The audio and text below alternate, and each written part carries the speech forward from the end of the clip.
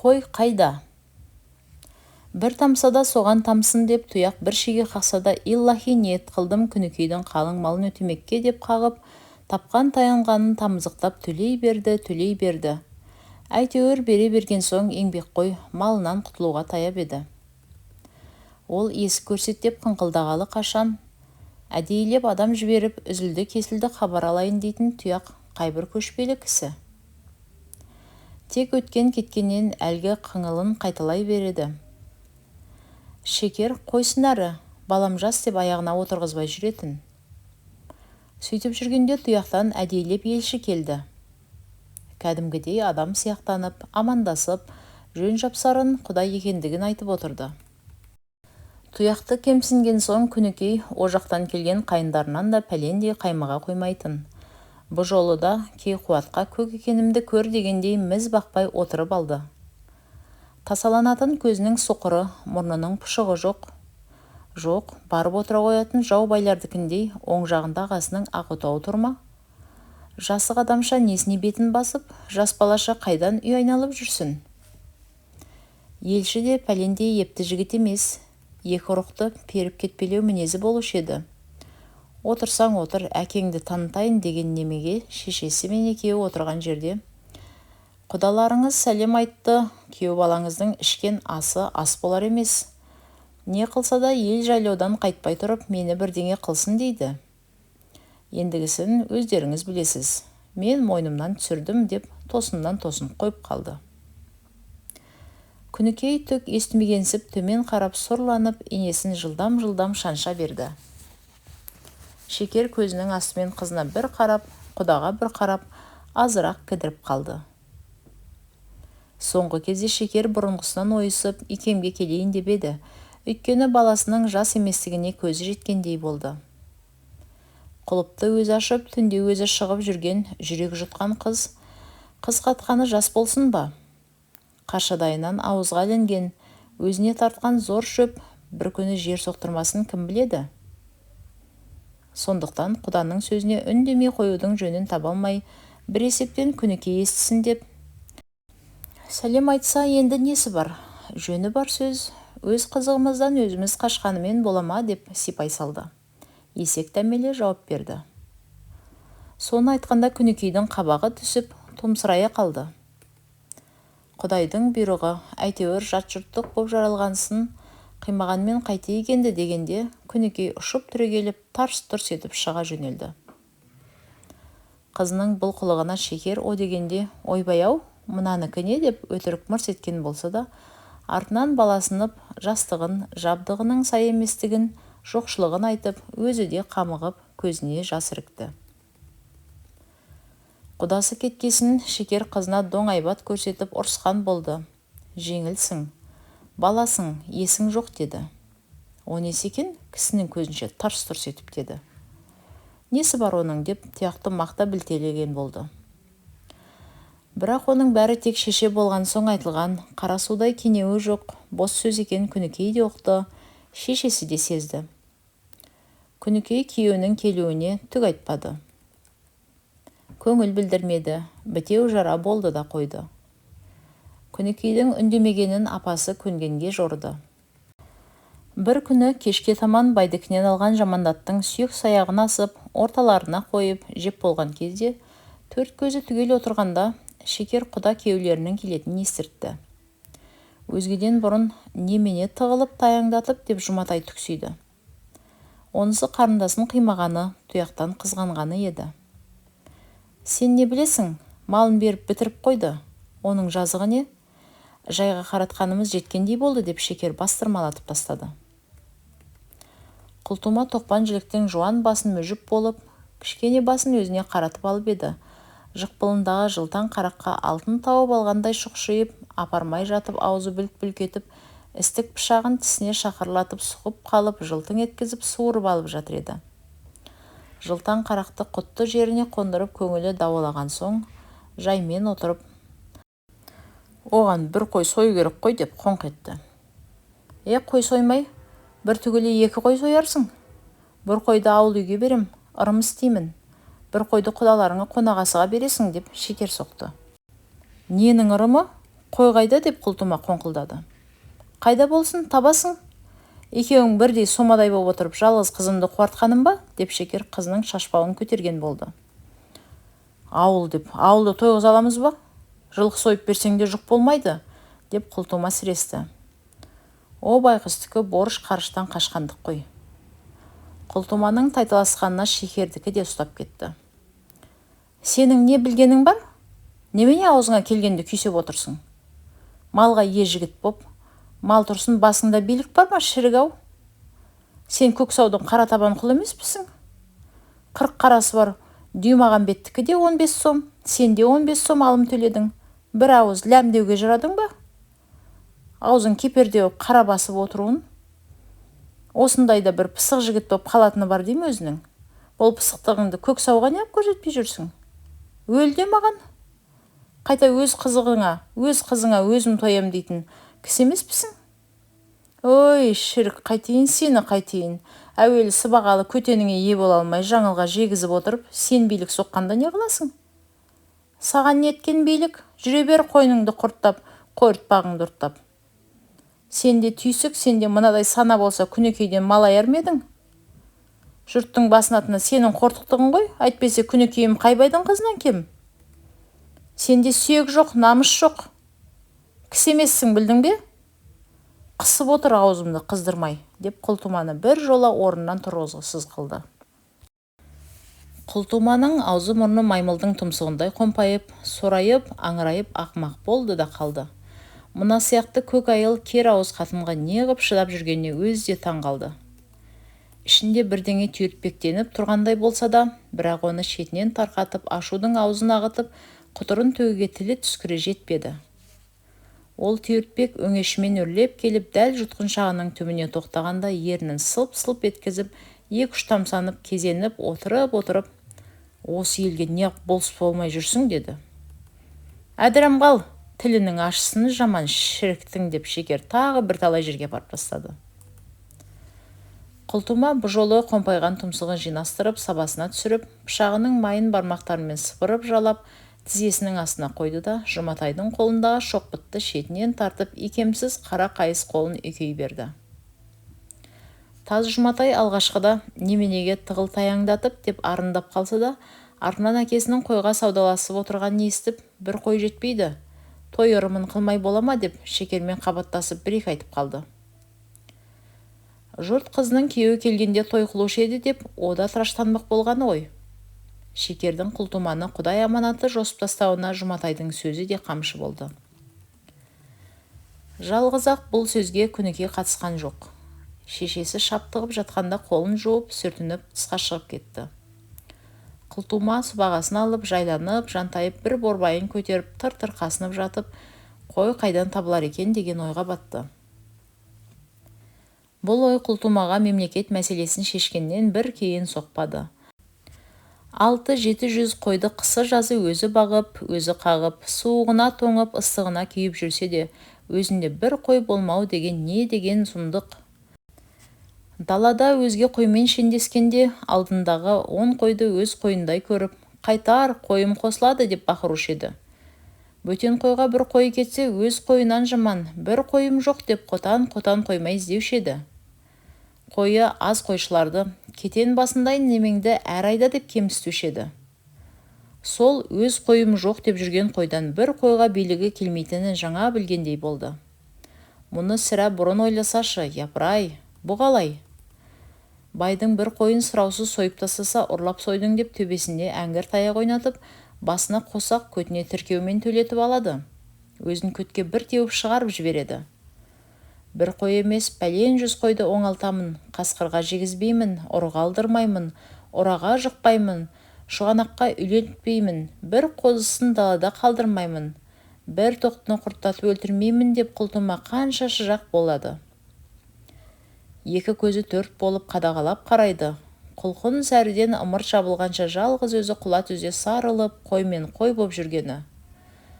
Сонда да бір тәңір жарылқасын жоқ. Сонда да бір қойдың қанына ортақ бола алмайды. Бұл не деген жұртшылық? Бұл не деген қорлық? Құлдық адам емес, қой болғандық. Япырай, бұл қалай болды? Сол дәулет масы жатып шер мырзаларға бір күн өз қойын өзіне баққызып байқар ма еді? Білер еді сонда қой баққанды. Құлтуманың бұл ойлары қансонарда қоянның ізіндей сайрап келе жатып, қойдың шарлауына соққандай шатасып, бытысып, алғашқы бет алысынан көз жазып қала берді. Қазір бір қойды борыштанып тауып алып, соңыра байдың бір қойын далада ұрлап беріп жібергені дұрыс па? Немесе анау қойшылармен айлалас болып біреудің бір қойын қақтырып әкеліп, сойып тастаған жөн бе? Бірақ бұл қойды қайдан алдың деп біреу етін көріп қойса, ол барып айтып қояды-ау. Япырай, бұл қалай болды? Қалайда қой табу керек, бір емес екі қой. Қатын бір құдайдың пәлесі, ойына бірдеңе алса өлуіне бейіл болмайды. Бұл қызы түскірдің өзі де бір пәлекен ғой.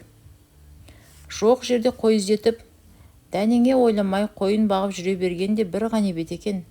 Япырмай, бұл қалай болды? Қалай табады? Қанша ойланса да, аяқтап келгенде япырай, бұл қалай болды деген тығырыққа айналып кеп тіреле берді. Сол тығырықтан жол тауып шыға алмады.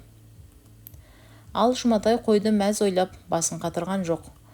Ол ана жылы тұлымшағы ербиіп, борбайы жалт-жұлт етіп жүгіріп жүретін қаршадай қара табан қарындасының бүгін ер жетіп, қатын болуға жарап, әлдебір бөтен еркекпен құшақтасып жататынын ойлап, әрі таңырқап, әрі қызғанып, әрі түсінбей, бір тосын жұмысқа оқыс жолыққандай, о да тығырыққа қамалды.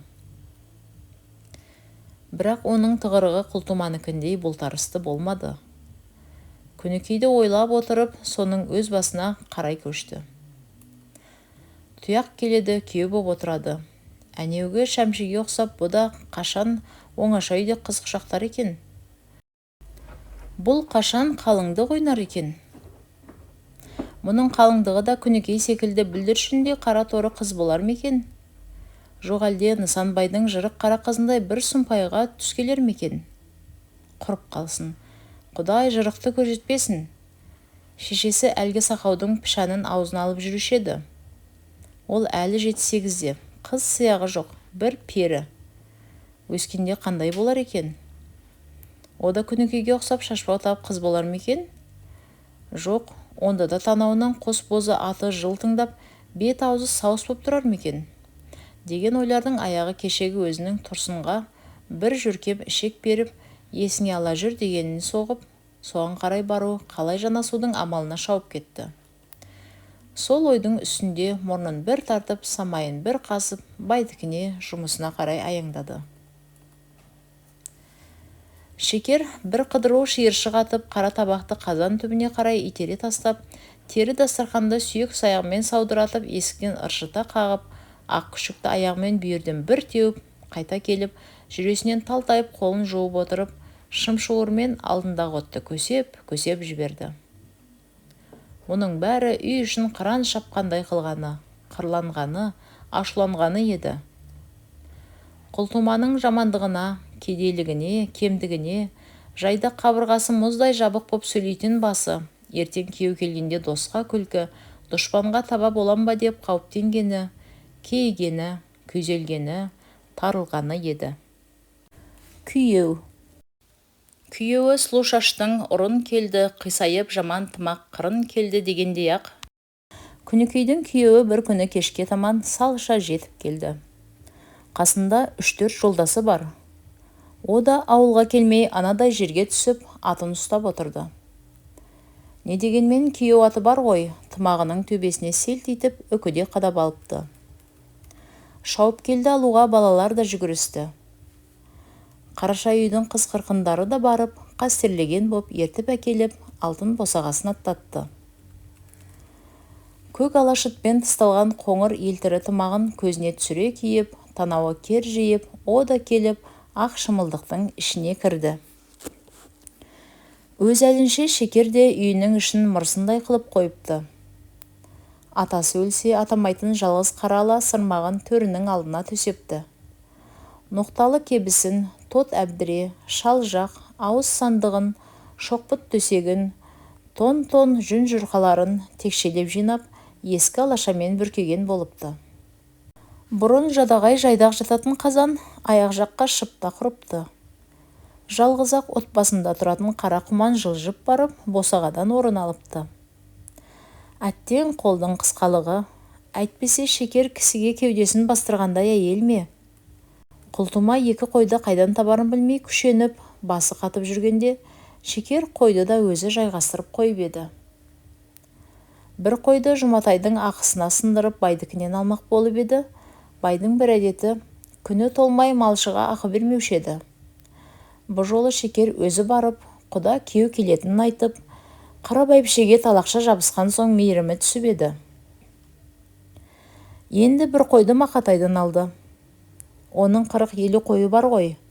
Ана кезде Мақатай қатыны өліп, зарығып жүргенде шекердің бір сауабын алғаны болушы еді. Өзімсіне, өжеттене сөйлеген тілін жыға алмады.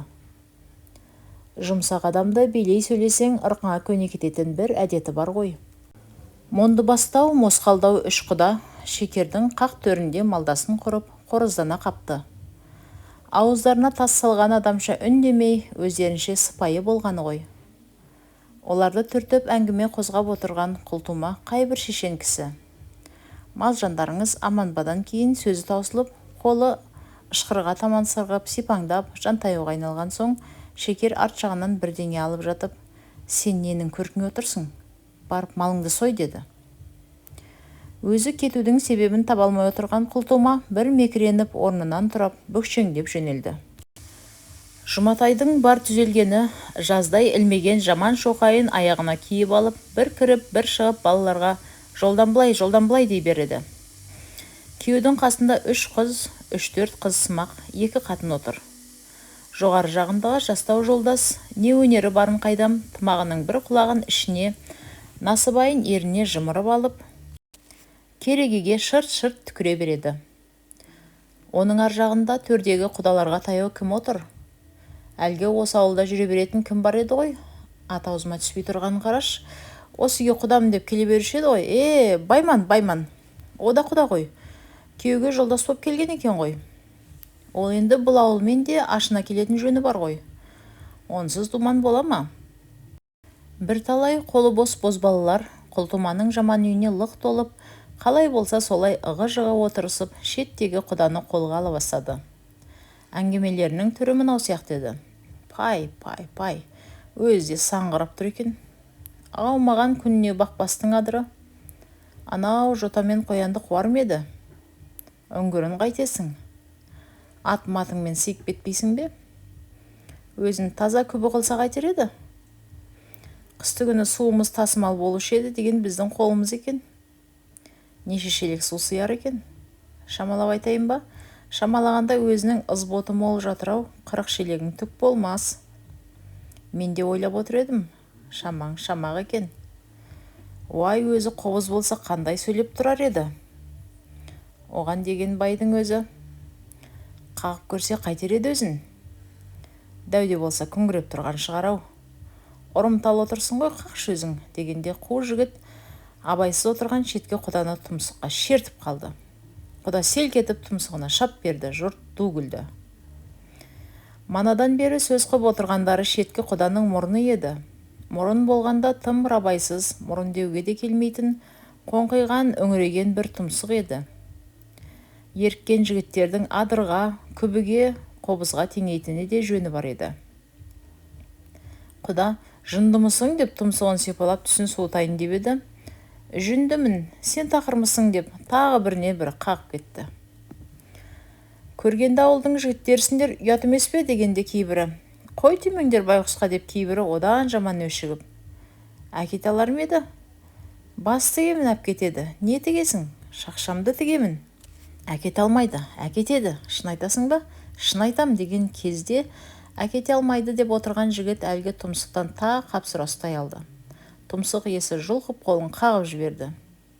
Кәне кеткені, әкпел шақшаңды деп жігіттер дауласты. Отырған жұрт тағы күлкіге қарық болды. Құда қып-қызыл боп ежірейіп келе жатыр еді. Қарап отырғанша ойнап күліп отырыңдар, ойынға ашуланбас болар деп Байман туысқанын тоқтатып тастады. Бір жағынан қоңқақ жолдасының қалжың білмегеніне өзі намыстанып отыр еді. Мынау ағасының тұмсығын кішкене балтамен қырнап әкелмей деп жігіттер Байманды күлге қыла бастаған соң, өздерің қырнай беріңдер деп күлген болып тысқа шығып кетті. Аспан қошқыл, жел тымық. Жолдас қара айғырына мініп, күншығыстан шыға шапқан сабалақ түн дүниен қараңғылыққа батырып, батысқа қарай ұмтылып барып қапты. Түтін тұманға оранған ауыл оттары жылт-жылт етіп, ыңыранып, маужырап жатыр. Жер ошақ басы ырылдасқан ит, қоңсыраған құйқа, мақшыңдаған құлтума, жайраған жас ет, қатын қалаш, ішек қарын, арбада пысқырған аттар. Атшыққа барып дәрет алып, Байман құлтуманың үйін бөктерлеп, Сүлеймендікіне қарай жағалады. Дәуде болса Күнікей сонда болу керек. Бәден жеңгесі жер ошақта сүт пісіріп жатыр екен. Пісірер көбейсін деп Байман қасынан жанап өтіп, үйіне таман барды. Үйде жас баланың жылаған дауысы естіледі. Дүрс-дүрс түйіп, біреу тербетіп отыр. Кім бар мұнда дегенде Күнікей дауысын әрең шығарып, біз бар деді. Үй қараңғы. Сіз болсаңыз, бізде бармыз деп Байман үйге кірді. Жалғызбысың? Жалғызбын. Сені мұнда қуып тастаған екен ғой деп жақындай отырып Байман қолын созды. Жып-жылы, мап-майда кішкене қол уысына ілінді. Ақырын ғана қысыда өзіне таман тартты. Абайлаңыз, келіп қалар деп Күнікей сыбыр етті. Байман абайлаған жоқ, ұмтылыңқырап құшақтап бетінен сүйді. Күнікей сүйгізді, сүйді. Шүңкіл-шүңкіл сөйлесті. Ол шүңкілді тыстағы Бәден жеңгесі естіген жоқ. Қараңғы үйде неғып отырсыңдар? Жарығымызды құдаға алып кетіп, қараңғыда қалдық деп Бәден келген соң сөздің беті ертеңгі ойынға, қызибаға, кәдеге қарай ауды. Байман құдағымен бір қалжыңдасып отырып, кешікпей кетіп қалды.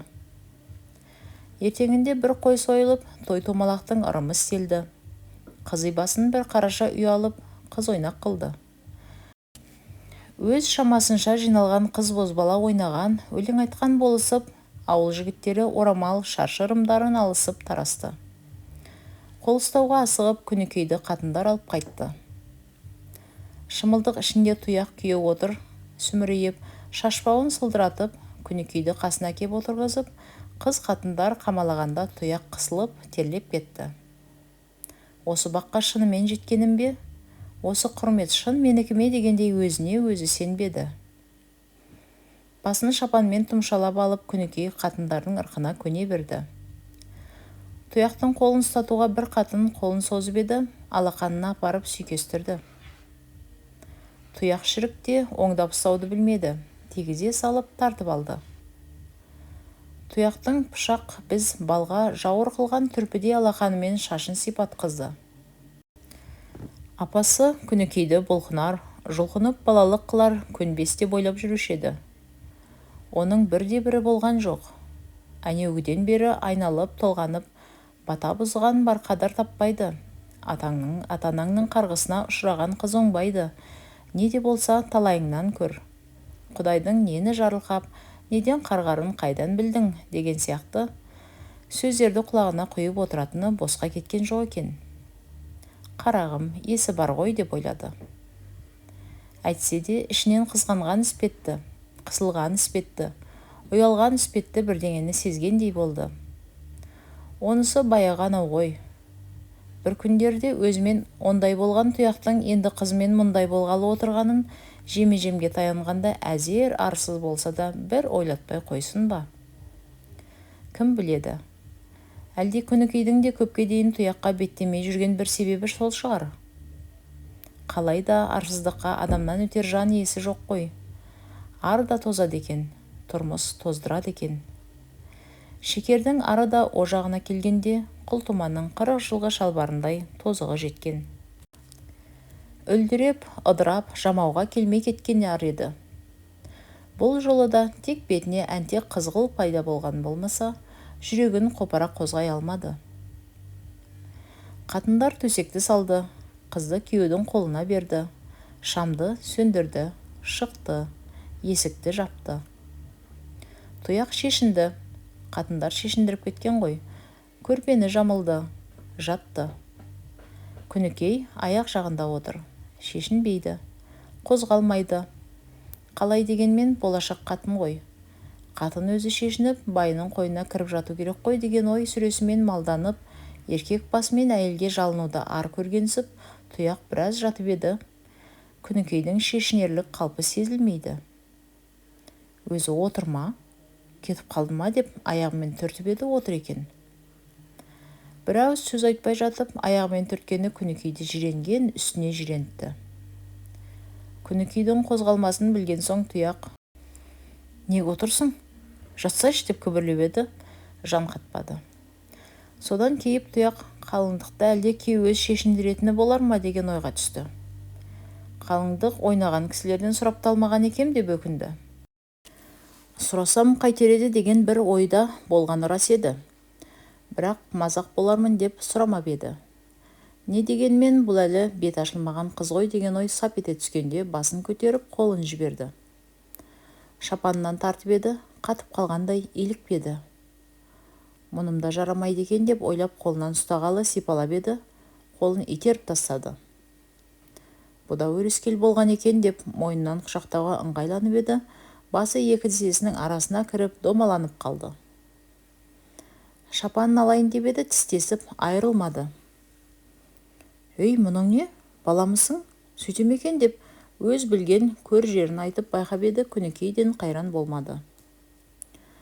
Сол кезде іргеден тыңдап жатқан бір қатын жөтеліп қалды. Жаңа білдім, қатындардан ұялып отыр екен ғой деп тұяқ қуанып кетті.